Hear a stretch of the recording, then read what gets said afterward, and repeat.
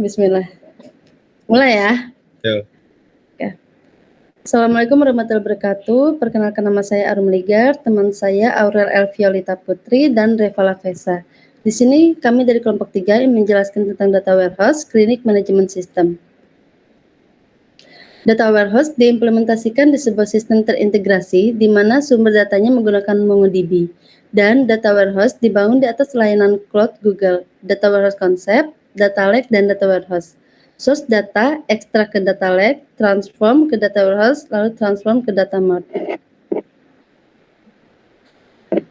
Arsitektur berikut ini adalah arsitektur yang dibangun di mana di sebelah kiri ini merupakan sumber yang diambil yang kemudian dikumpulkan menggunakan 3 tools injection seperti di gambar, tergantung dari kebutuhan model ingestionnya. Kemudian data tersebut dimasukkan ke dalam big data ekosistem, mulai dari struktur data lake, kemudian di-clustering ke dalam data warehouse, lalu hasil dari data warehouse tersebut ditransformasikan lagi menjadi data mart sesuai kebutuhan report. Sedangkan yang di sebelah kanan ini adalah dessert yang diharapkan seperti API, dashboard, service 3D party, dan dokumen. Untuk slide selanjutnya akan dijelaskan oleh teman saya, Aurel Elviolita Putri. Ya, Realcast, sistem implementasi data warehouse di klinik manajemen sistem. Data atribut. Atribut adalah konteks data ada di dalam database berdasarkan aktivitas aplikasi, baik interaksi input maupun output. Di sini data atributnya ada patient, dokter, health facility, dan medicine. Data modeling. Data model yang digunakan dalam pembangunan data warehouse ini adalah star schema. Berikut adalah struktur tabel yang dibangun. Di bawah ini ada struktur tabelnya seperti bintang dan keterangannya. Di sini ada dimension table. Tabel yang berisi data-data detail yang diambil dari tabel-tabel non-transaksional. Yang fact table, tabel yang berisi data-data transaksional dengan mengandung ID atau key dari tiap dimension table.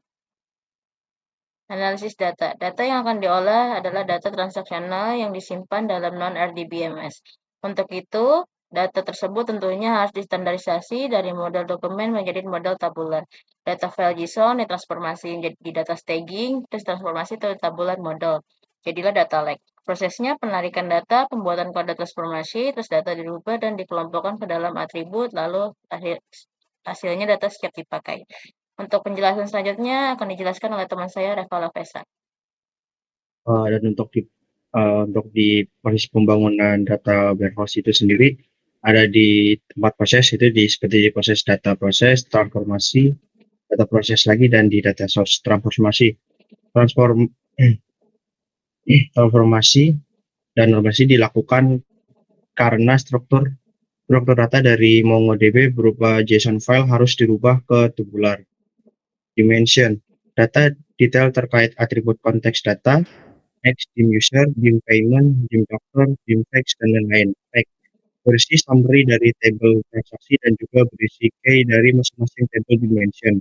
Mart, berisi data agregasi atau data yang sudah dilakukan hitungan yang dimasukkan sesuai rekod dan dilakukan.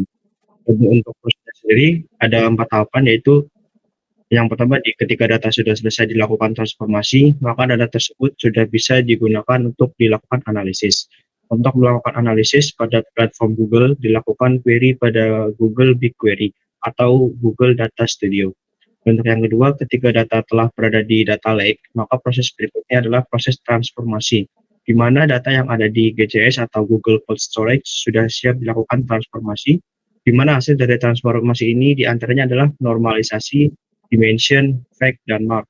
Untuk source data tersebut kemudian ditarik menggunakan tools Airbyte untuk kemudian dimasukkan ke dalam cloud storage. Pada fase ini disebut proses ingestion dan wadah penampungannya disebut data lake.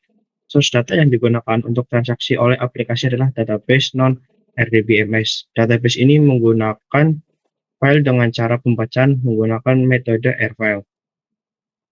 Untuk di pengujian data warehouse-nya sendiri, dalam pekerjaan pengembangan data warehouse ada beberapa tahapan pengujian. Untuk yang pertama, pengujian dilakukan dalam fase pekerjaan ingestion data, membandingkan jumlah raw data antara source dan data lake, day by day, month by month. Untuk yang kedua, ada di pengujian berikutnya dilakukan pada tahap pembangunan data warehouse, yaitu pada table dimension dan table fact dibandingkan dengan source query. Pada tahap ketiga, pada tahap ini atau yang bisa disebut juga sebagai tahap final, dilakukan pengembangan table mart. Pada table mart itu sendiri ada dua jenis hal yang dibandingkan, seperti raw number dan aggregation value.